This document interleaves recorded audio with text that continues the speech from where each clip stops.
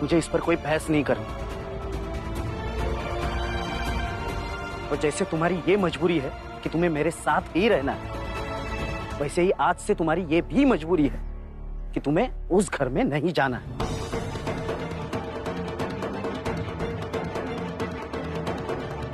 अब तुम घर जाओ और खाना बना कर रखो, मैं आता हूं। सगुना भाई, आपको बाला के साथ इस तरह से बात नहीं करनी चाहिए थी। हम सब समझा रहे थे ना उसे। आपको ये नहीं कहना चाहिए था कि वो तमाशा कर रहा है।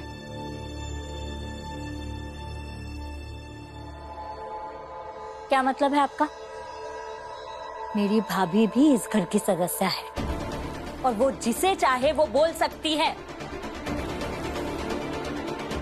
या धरा आप सबका और इल्जाम मेरी भाभी पर लगाएंगे आप? इल्जाम नहीं लगा रही हूँ जीजाबाई,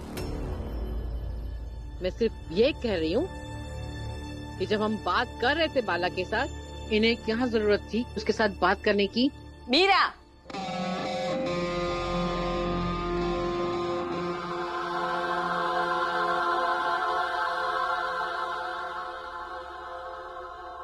तुम्हारे भाई ने बाला को बागी बनाया तो तुमने उसे कुछ नहीं कहा?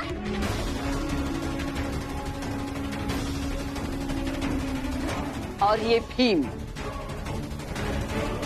अपने बड़े भाई की पत्नी के सामने अपने बड़े भाई को ज्ञान दे रहा था, इसे कुछ नहीं कहोगी? देखिए, मैं ज्ञान वगैरह नहीं दे रहा था, मैं सिर्फ उन्हें समझा रहा था कि वो। चुप! यहाँ बड़े बातें कर रहे हैं ना, तो तुम चुप रहो। और मीरा, तुम्हारी ये दो बहुएं घर में ऐसा माहौल बना के रखा है कि घर में कभी शांति आ ही नहीं सकती। तभी तो तुम कुछ उसे नहीं कहती, और मैं कुछ बोलने जाऊं तो उल्टा मुझे समझाती है। देखिए भाभी, आप इस घर में मेहमान बनकर आई तो मेहमान बनकर रही। हमारे घर के मसलों में ना बोले, उसी में आपकी और हम सबकी भलाई है। राम जी, पहली बात, मैं इस घर में मेहमान बनकर नहीं आई हूं, यहां मैं रहने आई हूं। तब तक रहूंगी जब तक मुझे विश्वास नहीं होता कि जीजाबाई अकेली नहीं है।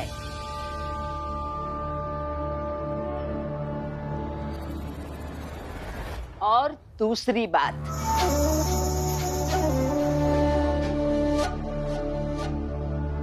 आप सबने जीजाबाई के साथ जो जो किया है उसका मैं हिसाब लूंगी, एक एक से बात करूंगी और पूछूंगी।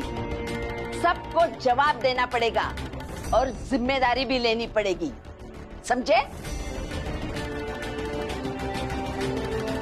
भीम, रुक जाओ। आइंदा मैं जब बोल रही हूं तो जगह छोड़कर जाने की गलती मत करना।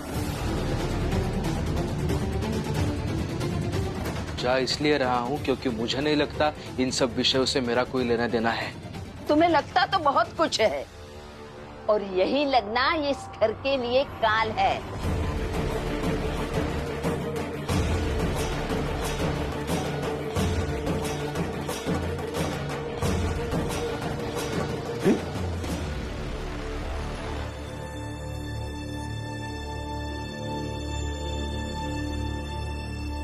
ये बंटवारे की लाइन किसने मिटा दी?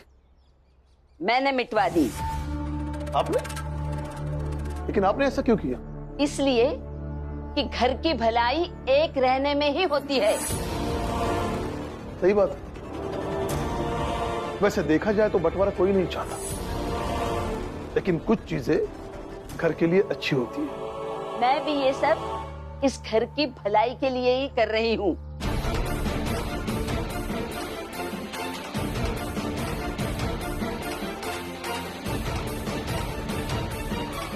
रमा, चाय ठंडी हो गई है, जाओ गरम करके ले आओ।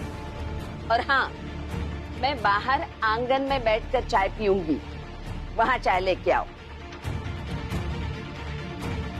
अरे खड़े खड़े मुंह क्या देख रही हो, ये लेके जाओ।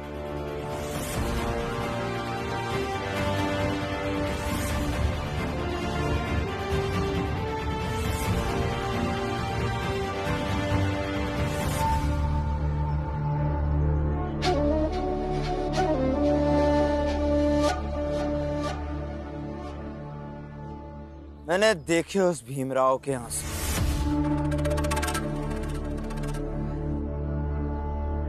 और बहुत सुकून मिला। पहली बार ये विश्वास हुआ कि वो भीमराव टूट सकता है, वो भीमराव हार सकता है। सुकून तो हमें भी बहुत मिला ये सब सुनकर नरोत्तम। बस उस भीमराव के आंसू नहीं रुकने चाहिए। आगे क्या करना है ये सोचा है? देखिए प्रचंड देव जी, आज कक्षा में गुरुजी ने कुछ पढ़ाया नहीं। 1-2 दिन और ऐसा करेंगे तो वो भीमराव जाएगा प्रिंसिपल के पास। कॉलेज में प्रिंसिपल और 2-4 गुरुजी तो हैं ही उस भीमराव के साथ। एक काम करो नरोत्तम, उस प्रिंसिपल को अपने साथ मिला लो। और दूसरा काम, ये पता करो कि वो भीमराव किस विषय में कमजोर है और उस विषय का शिक्षक कौन है। और जो भी वो शिक्षक है, हमारे यहाँ चाय पर बुला लो।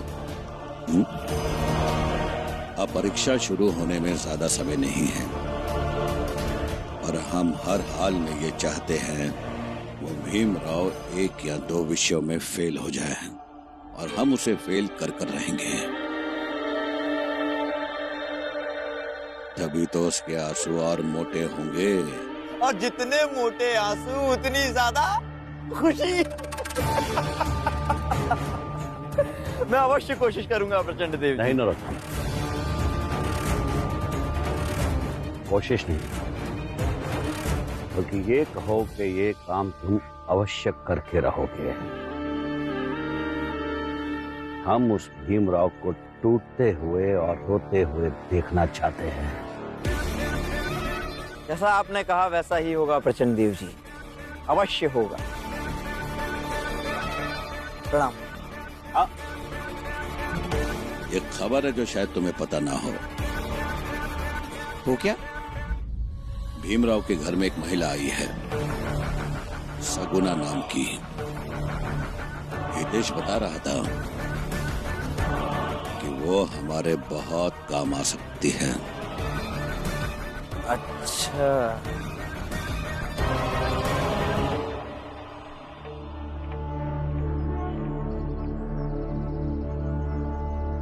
ये लीजिए।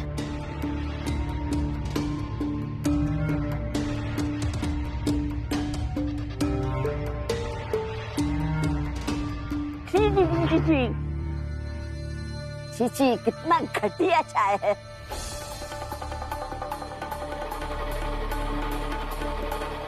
अरे चाल वालों, जरा इधर आना, सब लोग इधर आना। अरे सुनो,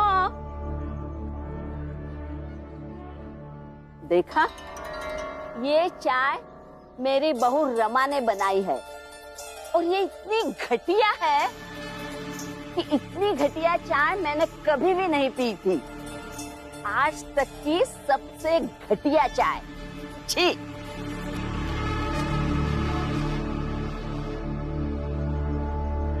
ये ऐसे तुम्हें सबके सामने अपमानित कैसे कर सकती है?